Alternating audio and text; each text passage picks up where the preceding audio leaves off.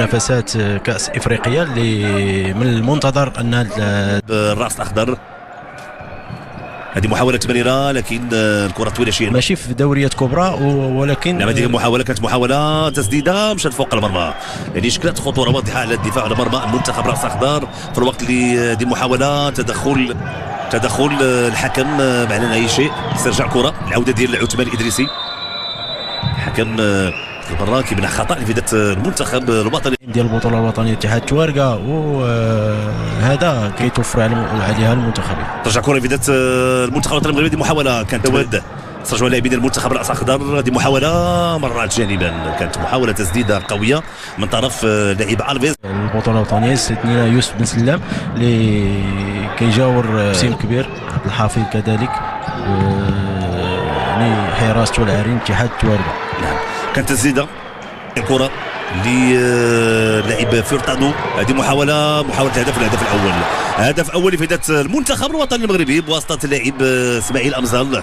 اسماعيل كيتمكن من تسجيل الهدف الأول لفائدة المنتخب الوطني، كذلك بنسخة أوزباكستان 2024 الوصول كذلك الدور ربع المستوى ديالها خصوصا في كرة قدم داخل القاعة. صحيح الأخ هشام كان لاحظوا محاولة خطيرة لفائدة المنتخب كذلك اللي كيجاور نادي سبورتينغ باريس الفرنسي وكيقدم معاه قيا. هذه محاولة لفائدة المنتخب الوطني المغربي وتدخل، كان فرصة هدف ثاني تضيع على العناصر الوطنية، كانت اللي تمكن من الفوز بثلاث بطولات إفريقية 2016. تذكر أكيد نسخة ليتوانيا. هذه محاولة لكن قد التوازن اسماعيل أمزال. قلت اكيد نسخه 2021 بليتوانيا. هذه محاوله فرصه الهدف كانت محاوله توقيع الهدف مره اخرى، الكره كتمر جانبا. محاوله يوسف جواد التسديده الاخيره ولاحظنا التمريره كانت خاطئه لكن التغطيه كانت حاضره من جديد. دفاع الهجوم وكذلك من الهجوم للدفاع، والتنظيم الدفاعي غالبا ما كيفوز بالمباشره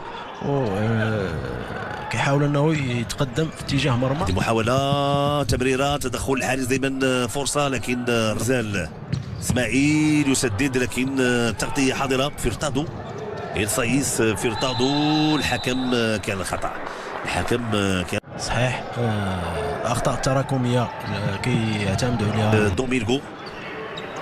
محاوله تسديد مرات جانبا اللي سدد هو لاعب دريس رئيس فني. هذه محاولة تسديدة مرات جانبا، كانت محاولة لفائدة المنتخب المتبقية بالنسبة لهذه الجولة الأولى. تمريرة في اتجاه لاعب دريس رئيس فني. هذه محاولة لفائدة المنتخب المغربي. دريس رئيس ممتازة. هدف ثاني لفائدة المنتخب الوطني المغربي بطريقة جميلة وبطريقة فنية من دريس رئيس الفني، بأكيد فنيات وبتقنيات عالية يضع الكرة في شباك الحارس بنتو ريكاردو. سنتابع هذه المحاولة، كان هناك استرجاع الكرة بشكل ممتاز. إمكانية تسديد مرات جانبا كان اسماعيل أمزال كان استرجاع الكرة بشكل ممتاز. هذه محاولة البحث عن إمكانية التمرير لريناتو مونتيرو. محاولة خطيرة لكن طرف السايس فيرتادو. هذه محاولة تسديدة، تدخل ممتاز، تدخل الحارس. أخطاء تراكمية أخرى وبالتالي يعني كيفاش وجد يعني بسرعة الحل الكلام ديالنا. هذه محاولة بدات المنتخب راس اخضر. تدخل ممتاز للحارس عبد الحفيظ بوخريس ريبيرو. هذا الحارس ريكاردو.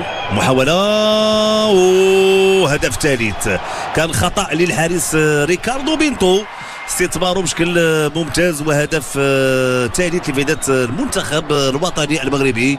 تابعنا الخروج ديال الحارس ريكاردو بينتو اللي حاول انه يراوغ لكن التمريره كانت خاطئه فقط عند اللاعب بلال بقالي بطريقه رائعه لجويل ريبيرو.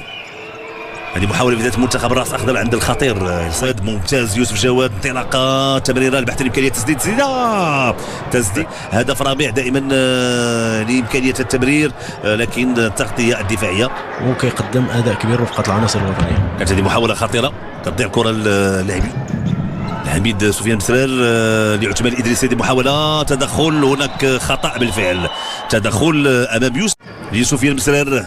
سفيان مسلال بحث عن إمكانية تسديد تدخل. سنتابع هذه المحاولة، سنتابع هذه الكرة الثابتة، تدخل التغطية الدفاعي كان هذا الشوط الأول. سفيان مسلال تمريرة عند اللاعب عثمان الإدريسي، تدخل البداية كذلك بدخول أنس العيال كرسمي إضافة لعثمان الإدريسي. هذه محاولة ممتازة، تسديدة قوية بواسطة العميد سفيان مسلال يسدد العيال. ف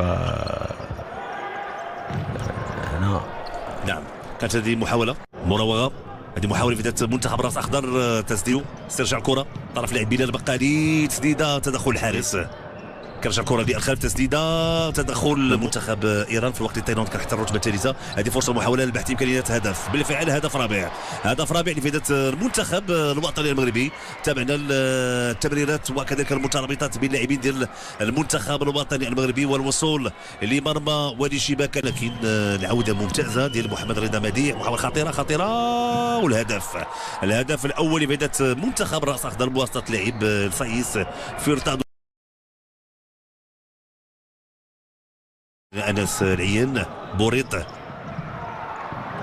هذه محاولة يعني ثالث أحسن. نعم هذه محاولة تضيع، محاولة تسجيل هدف خامس تحت الإشراف ديال الناخب هشام تكيك بالمتابعة ديال جميع اللقاءات سواء المغربي. محاولة إخراج الكرة خطيرة مرات جانبا، محاولة في ذات المنتخب الوطني المغربي يوسف جواد، تدخل والخطأ، خطأ كان واضح تقييد البطاقة بالفعل، لأن لاحظوا الطريقة ديال الاحتفاظ بالكرة. نتابع طريقة تسجيل الهدف الأول و تلعب يوسف جواد، الحكم كيعلن الخطأ، توقعوا في هذه الثواني. كانت محاولة لكن تدخل الحارس صحيح مجربة الثنائي البقالي والمسرات. هذه البحث عن الهدف. نعم هدف الخامس لفائدة المنتخب الوطني المغربي. في الوقت كنا كنتحدثوا على الخبرة على التجربة، هادو لاعبين عندهم امكانيات كبيرة، بالتالي تمريرة ممتازة وهدف لفائدة المنتخب الوطني المغربي بواسطة لاعب. هذه محاولة فائدة المنتخب الوطني المغربي، تمريرة ممتازة بلال البقالي، تسديدة وتسديد، هذا مرتد هجومي مسرار وتدخل ثم الهدف، هدف يوسف جواد، الهدف السادس. يوسف جواد كذلك كيسجل الاسم ديالو ضمن اللاعبين اللي تمكنوا من الوصول لمرمى الحارس ريكاردو بينتو.